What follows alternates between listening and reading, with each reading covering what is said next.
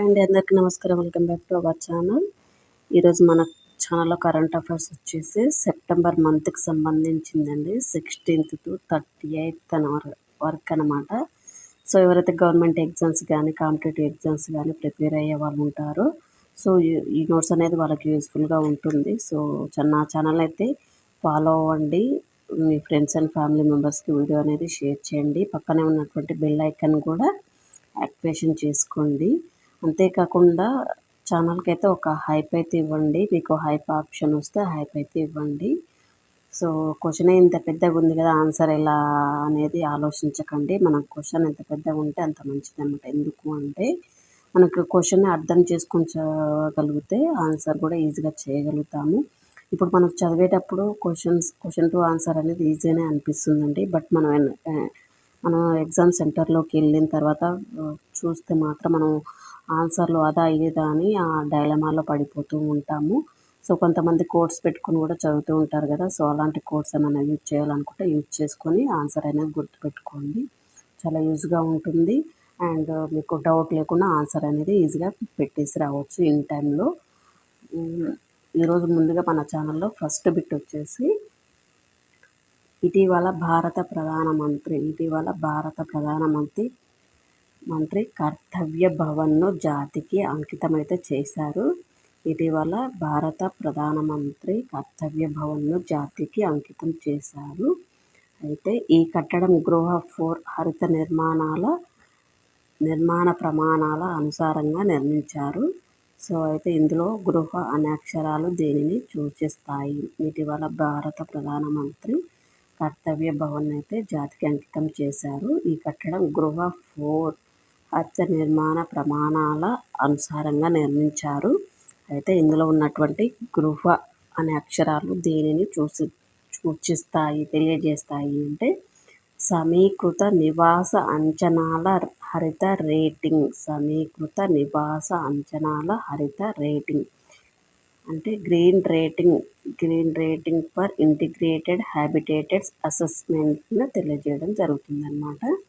So next one వచ్చేసి ఇటీవల విట్వాటర్స్ brand విశ్వవిద్యాలయం, అంతర్జాతీయ అణు విద్యుత్ ఏజెన్సీ కలిసి ఖడ్గమృగాలను వేటాడడాన్ని నివారించేందుకు ఏ ప్రాజెక్టును ప్రారంభించాయి?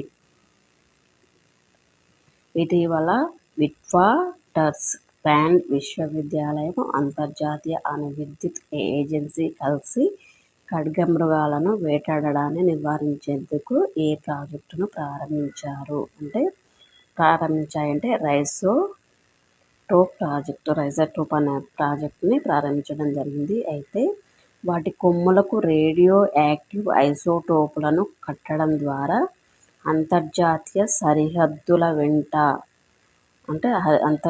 సరిహద్దుల వద్ద వాటి ఉనికిని పసిగట్టి వాటిని వేటాడడాన్ని నివారించవచ్చు. వాటి కొమ్ములకు రేడియో యాక్టివ్ ఐసోటోపులను కట్టడం ద్వారా అంతర్జాతీయ సరిహద్దుల వద్ద వాటి ఉనికిని పసిగట్టి వాటిని వేటాడడాన్ని నివారించవచ్చు అన్నమాట. సో నెక్స్ట్ వన్ వచ్చేసి రైజోటోప్ ప్రాజెక్టును ఖడ్గమృగాలను వేటాడడాన్ని నివారించేందుకు ఈ ప్రాజెక్టును ఏ దేశంలో ప్రారంభించారు? రైజోటోప్ అనే ప్రాజెక్టును ఖడ్గమృగాలను వేటాడడాన్ని నివారించేందుకు ఈ ప్రాజెక్టును ఏ దేశంలో ప్రారంభించారు అంటే దక్షిణాఫ్రికాలో ప్రారంభించడం జరిగింది. నెక్స్ట్ వన్ ఆకస్ అంటే ఆస్ట్రేలియా, యూకే, అమెరికా కూటమి కింద మొదటి మూల స్తంభమైనటువంటి గిలాంగ్ అంగీకారంపై సంతకం చేశాయి. ఆకస్ ఆస్ట్రేలియా, యూకే, అమెరికా కూటమి కింద మొదటి మూల స్తంభమైనటువంటి గిలాంగ్ అంగీకారంపై సంతకం చేశాయి. అయితే ఈ అంగీకారంలోని ముఖ్య సారాంశం ఏమిటి? అణుశక్తితో పనిచేసే జలాంతర్గాముల అంశంతో సమన్వయం. అణుశక్తితో పనిచేసేటువంటి జలాంతర్గాముల అంశంతో సమన్వయం అన్నమాట ఈ అంగీకారంలోని ముఖ్య సారాంశం. ఏకలవ్య మోడల్ రెసిడెన్షియల్ పాఠశాలల విద్యార్థుల కోసం విద్యార్థుల కోసం ప్రారంభించినటువంటి తలాష్ కార్యక్రమం ప్రధాన లక్ష్యం ఏమిటి? ఏకలవ్య మోడల్ రెసిడెన్షియల్ పాఠశాలల విద్యార్థుల కోసం ప్రారంభించినటువంటి తలాష్ కార్యక్రమం యొక్క ప్రధాన లక్ష్యం ఏమిటి అంటే, గిరిజన విద్యార్థులు తమ నైపుణ్యాలను తామే కనుగొనడం, జీవిత నైపుణ్యాలు నేర్చుకోవడం, వృత్తి ఉద్యోగాలకు సంబంధించినటువంటి ప్రణాళిక ముందుగా రూపొందించుకోవడం అన్నమాట. గిరిజన విద్యార్థులు తమ నైపుణ్యాలను తామే కనుక్కోవడం, జీవిత నైపుణ్యాలు నేర్చుకోవడము, వృత్తి ఉద్యోగాలకు సంబంధించిన ప్రణాళిక ముందుగా రూపొందించుకోవడం అన్నమాట తలాష్ కార్యక్రమం యొక్క ముఖ్య ఉద్దేశం. నెక్స్ట్ వన్, మన దేశంలో వినియోగదారుల సూచీని విడుదల చేసేటటువంటి బాధ్యత ఏ సంస్థ కలిగి ఉంది?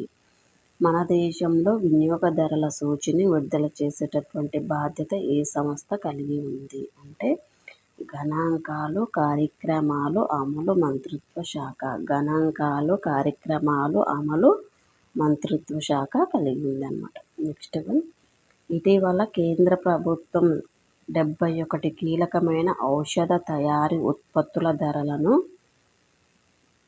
జాతీయ ఔషధ ధరల ఏర్పాటు అథారిటీ ద్వారా నిర్ణయించింది. అయితే ఇది ఏ మంత్రిత్వ శాఖ కింద పనిచేస్తుంది?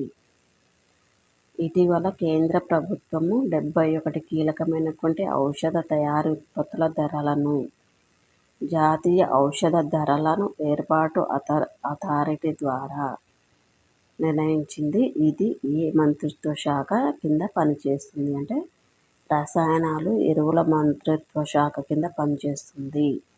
సో ఇది అండి ఈరోజు మన ఛానల్లో current affairs. Please me friends and family మెంబర్స్కి అయితే షేర్ చేయండి, లైక్ చేయండి, పక్కనే ఉన్నటువంటి బెల్ ఐకాన్ని యాక్టివేషన్ చేసుకోండి.